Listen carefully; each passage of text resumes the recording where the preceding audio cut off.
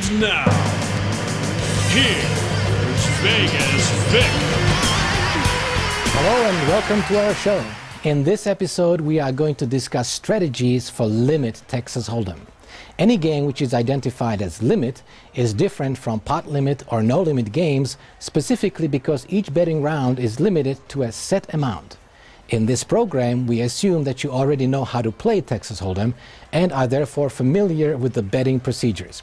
If you need a little help with the basics, I recommend you look at our program titled Introduction to Texas Hold'em. And now, let's go to the table. As you gain more experience in Texas Hold'em, you will be able to appreciate the many subtleties and variations in this game. Some are easy to identify, such as the difference between limit hold'em, pot limit hold'em, and no limit hold'em. In this program, we are discussing Limit Texas Hold'em, and therefore the remainder of this show will focus on the strategies that can be applied to this game. The best way to approach Limit Texas Hold'em is to first become aware of the differences within this game as you progress from low limits through middle limits and up to the higher limits. Playing strategies are different for each of these limits and also for each game within these limits. Whenever you play low limit Texas Hold'em, there are three major circumstances that you will face. First, you will notice that there will always be many players calling bets and raises prior to the flop and even continuing with marginal or long shot hands all the way to the river, seemingly oblivious to any concept of pot odds or the odds against them. The truth is that most of these players will not understand or often not even be aware that any such considerations actually exist and are supposed to apply to their decision making. Second, you will quickly notice that most players at these limits will not respect the value of a raise and consequently will hardly ever fold a hand that appears to them to have at least some kind of potential. The effect of this will be that premium playing hands such as pocket aces and pocket kings or any other of the highly prized premium starting hands will lose much of their value as a result. This will also have the direct effect of causing players of these hands to suffer many more bad beats. Third, you will also quickly notice that most pots are won at the showdown and will often be contested by several players. From a strategic perspective, it is of crucial importance for you to remember these three situations and be aware of the circumstances to which they apply. In any such low-limit game, the vast majority of players who play them will fall into two distinct categories. Category A type players are new and novice players, those just learning the game.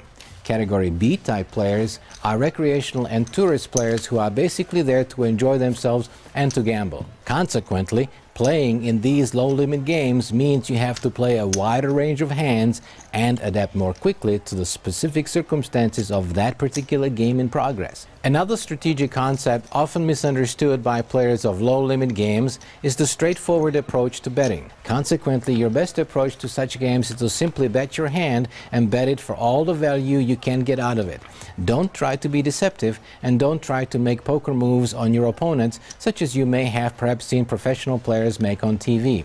Most of the opponents that you will encounter in these low-limit games won't understand this and won't even be aware that you are making such plays.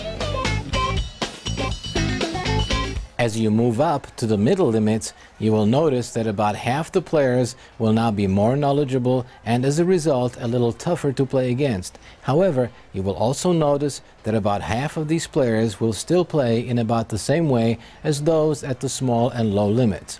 Therefore, the first strategic decision you need to make is to identify the types of players that happen to be in this particular game. The ideal mix is about half and half. You want your opponents to be a mixture of loose and passive, such as most tourist and recreational players are, and those who are tight and passive, such as most of those who have recently moved up in limits and are trying to play by the book. You will also often find a mixture of loose and aggressive recreational players. Against these types of players, you can modify your strategic approach by simply letting them bet your strong hands for you and raise and check raise them whenever the limits double on the turn and sometimes even on the river. The games in which you do not want to play are those that consist primarily of tight and tight aggressive players. It is players like these who will often correctly exploit late position situations and otherwise play a much more disciplined game. this is not the game that will be profitable for you. Therefore, game selection becomes much more important in the middle limits and also as you progress to the higher limits. A good mix of the right type of player will permit you to be able to play your game the way you want to play it, as opposed to having to react to the game dimensions imposed by others. Finally, if your bankroll can stand the heat, you can join the big game. There are two ways in which you can play at limits as high as these.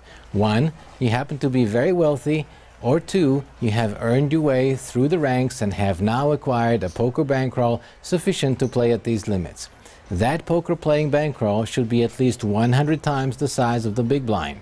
For example, if you are playing in a $200 and $400 game, your minimum required bankroll is 100 times the big blind, which in this case is 100 times 400, which equals $40,000. In these games, you can now play a variety of hands in a variety of ways. First, you can more successfully exploit your positional advantages, such as playing on the button, in the cutoff seat, and in late positions. Second, you can manipulate your opponents more easily. This can be achieved by raising and check raising, by slow playing, and by bluffing. In fact, one of the strongest strategic plays that you can use is what is called the isolation play. This is a method of either raising or re-raising one or more of your opponents in order to isolate those that are yet to act behind you, and as a result, preferably, get heads up with just one or at most two opponents. Exactly which hands to play and how to play them in any of these limit games will significantly depend on the nature of each game. In the low limits, you can press your advantage with higher suited cards and middle suited connectors. In the middle limits, you will need to play a bit tighter, more selective, and with positional advantage and selective aggression. In the higher limits, you will need to play your opponents more than your cards, while at the same time applying positional advantage as well as tight aggressive discipline. Exactly how well you can do this depends on your ability to be able to acquire not just the knowledge of how to play Texas Hold'em, but also the skills in applying that knowledge successfully and profitably. This is not easy to do. For many players, playing the game for fun and profit are often mutually exclusive. Such players will eventually give up when the going gets too hard and decide it is better to have some fun rather than to play and continue to playing well. There's nothing wrong with that approach to the game. If all you want to do is to have fun playing, then you can play at whatever limits your bankroll allows. If, on the other hand, you want to play for consistent profits, you will have to sacrifice some of the fun and instead substitute discipline. Playing Limit Texas Hold'em is a great way for you to gain experience from the very smallest of limits all the way up to the big game. And once you have gained such experience, that will make it so much easier for you to whet your appetite in the no-limit arena. For now, and until next time, remember to play smart and play to win. I'm Victor H. Royer, and this has been a presentation of PartyPoker.com. Bye.